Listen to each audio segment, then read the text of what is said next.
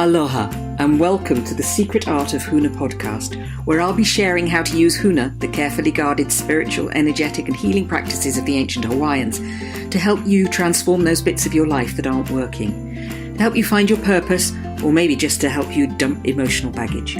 I'm Dr. Jane Lewis, and 20 years ago I was burnt out, depressed, unfulfilled, disappointed, directionless and deeply, deeply miserable. Huna enabled me to change all that, and so I now share it with whoever wants to experience a more joyful, fulfilling life. Hi there, and aloha, good morning, and welcome to the Secret Art of Huna Live video on dreams, signs, illusions, and reality. So I thought I'd talk about that today because I get a lot of calls from my clients and about this very question. I've seen something in a dream. How do I figure out what it means? And the other reason I thought that I would talk about it is that actually the way we interpret dreams, we can use that as a way of interpreting things we see in our life to bring us more awareness and more understanding of what might be going on. So let's start with the dreams bit. A lot of the time when you ask, if you go into a Facebook group or you ask somebody for help with interpreting a dream, they will give you a universal meaning for it.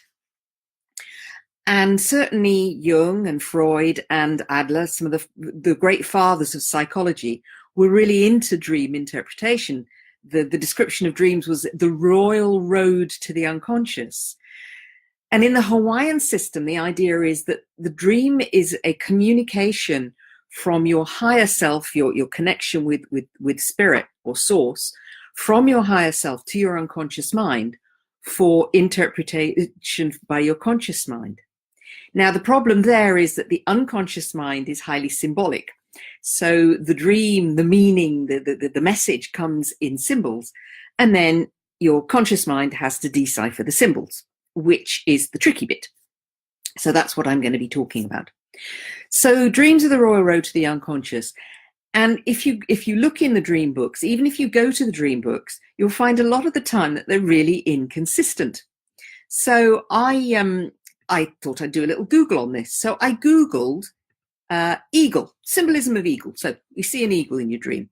So eagle could be the dream of a flying eagle. Is it good fortune or victory? It could be that the symbolism of an eagle is nobility and pride. It could be that it's powerful, strong huntingness. Here's one. The eagle soaring in the high symbolizes career success. The eagle in your dream is a symbol of ambitious goals or a yearning for career success. So it's very complicated. Hi, Sharon. Yeah, we can talk about recall of dreams in a bit, but I'll just talk a little bit about how to interpret them first. So when we go on Google, when we read the dream books, we can often see very many different meanings for a simple symbol like an eagle or a snake or whatever. If you then have a really unusual thing in your dream, like a 5-headed eagle with the tail of a donkey and legs like a chair, for example, how do you interpret that? The way that I've learned to interpret is not to go with these archetypal interpretations. That was very much Jung's thing. An archetype is a blueprint. It's an energetic blueprint that can be understood across many cultures. So, for example, a warrior is an archetype. If you talk about a warrior, most cultures have a sense of an energy, a fighting energy, an energy of action. An energy of, quite often a warrior will have a weapon in their hands depending on what the culture is. But the idea of a warrior, it brings up common feelings, common sensations across cultures. So that's how it's an archetype. So a lot of these archetypal meanings, this is the kind of thing that Jung was very into. But the problem with them is that each of us has personal meanings that we ascribe to things. So give you, for instance, When I was small, we lived in Malaya, as it then was. And one day we got a king cobra in the house. Now, king cobras are poisonous, very fatal. And the whole place went into complete and utter chaos. I mean, it was just everybody running around trying to figure out what to do with this snake. And for years afterwards, I was terrified of snakes. I remember a guy coming to school with a couple of pythons in a bag, and you could handle it. There was no way. I was out of that room faster than you could say boa constrictor.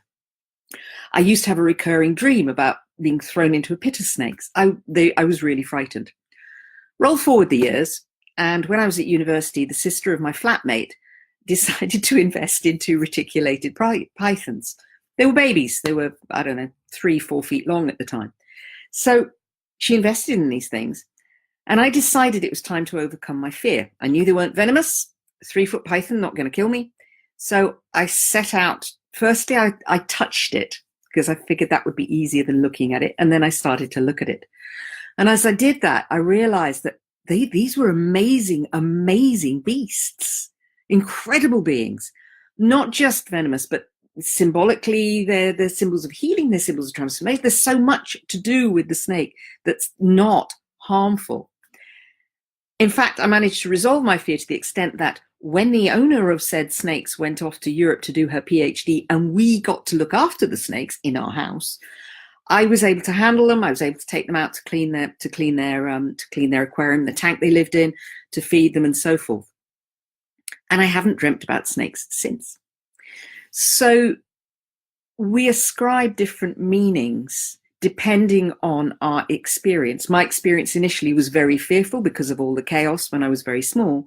And then when I actually got to handle a snake, my experience changed. My meaning for snake changed. So the first thing about dream interpretation is really looking at all the different pieces in your dream and asking yourself, what does that mean to me? Not what does that mean to the whole great world out there, but what me personally, what meaning would I give this thing if I wasn't looking for advice outside myself? You can then take your interpretation of or the technique for interpreting dreams, you can then apply it to real life experience. And this is how I'm doing it at the moment. So I was hesitant about whether I'd be able to do the Facebook Live because I thought maybe the plumber was going to come round, because I've got a situation in one of the rooms in my house. The back wall's been damp for years. It's below ground. It's about 3 foot below ground, a meter and a half below ground. So it's below ground. So it's always had damp. But recently there's been water. So I wanted to get the plumber in to help me identify where this water might be coming from. While I'm waiting for the plumber, and that probably won't happen until next week now, I thought it would be good to interpret that experience. So I asked myself, okay, what does water mean to me? Water to me means healing, it means emotion, it means fluidity and flexibility, not flexibility, but fluidity. It means coolness. It's got some lovely meanings. What does unwanted water mean to me? Well, unwanted water means to me it's a nuisance. It's fluid from somewhere. It's discomfort for me. It's some energy coming in from somewhere that I don't want. But it's also probably me not paying attention. So where in my life am I experiencing unwanted fluidity? Where in my life am I experiencing unwanted emotion? Where in my life am I experiencing unwanted coolness? And what I realized is that the big one for me at the moment is unwanted fluidity, because I have recently noticed that my diary has become so fluid I can't manage it anymore. People are cancelling appointments, they're putting in points. My diary is like a pond of water that's moving all the time. So, message for me from my dampness, apart from getting the plumber in to help me try and fix it on a practical, physical level, energetically, okay, I need to pay more attention to where else in my life this unwanted fluidity is happening and start to constrain it and bring it back. So that's how you can use dreams, and that's how you can use a dream interpretation technique to actual real experiences that you're having every day. You can also use it to signs that you see. So, for example, I drive every Friday over to do some work in a hospice, chaplaincy volunteering. And the other day, yesterday, in fact, I saw 4 red kites. Now, we do have red kites, but this is not an area where we usually get many. And to see 4 is amazing. And if I wanted, I could interpret that sign, the 4 red kites, using the dream interpretation technique, asking myself, what do red kites symbol to me? What does 4 red kites symbolize for me? And what might that mean in other areas of my life? What's the message I need to bring in?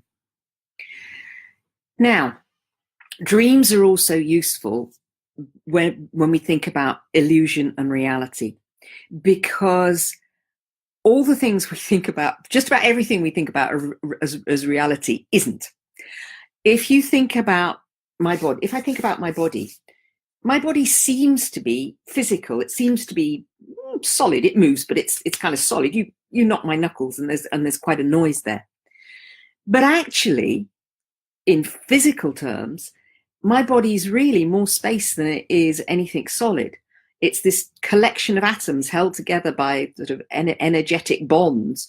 It's all space. If you took out the space and took the actual physical atoms, you'd have a handful of dust, maybe a thimbleful of dust. So my perception of the reality is that I'm solid. I'm in solid form. Actually, I'm not. This table, perception is it's solid. I tap it. It seems solid. But actually, it's space with a few atoms running around in it, rather than lots of atoms and a little bit of space. So even those things that we perceive as real are not necessarily real. Our beliefs are true until we choose not to believe them. I've recently written a post. It's not up yet, about the perception of the world as round or flat. For many, many, many hundreds of years, the perception was that the world was flat, and that was the truth. People got killed, tortured for trying to claim that the world was not flat. But now we know that the world is round. But there's still people out there who believe that the world is flat, which is quite extraordinary. So just because our current level of scientific understanding says something is true, even that is not necessarily true. So in terms of the application of dreams, in terms of interpreting our reality and our illusions, if we treat every waking real experience as a dream, we can interpret it and so bring ourselves greater meaning and greater understanding. So I hope that's been interesting for you. So, hi Richie. Sharon, in terms of not recalling them, one of the questions you might ask yourself is, what stops you recalling them? Because you definitely do dream. There is a condition. There are a few people on the planet who actually don't dream. There is a condition, but it's a very minority condition. So it may be that you have that, but it's unlikely because it's very rare. So question for you, Sharon, might be, what stops you recalling your dreams? And look forward to seeing comments, any observations, any questions you might have on the page or in the Facebook group. Have a good Saturday, and I'll talk to you very soon.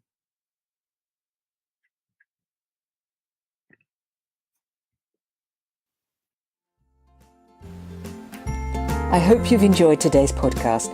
If you want to bring about rapid transformation in your life, check out secretartofhuna.com, where you can also download a free meditation to help you with self-forgiveness. You can also look out for Secret Art of Huna on social media such as Facebook and LinkedIn. Look forward to talking to you again very soon.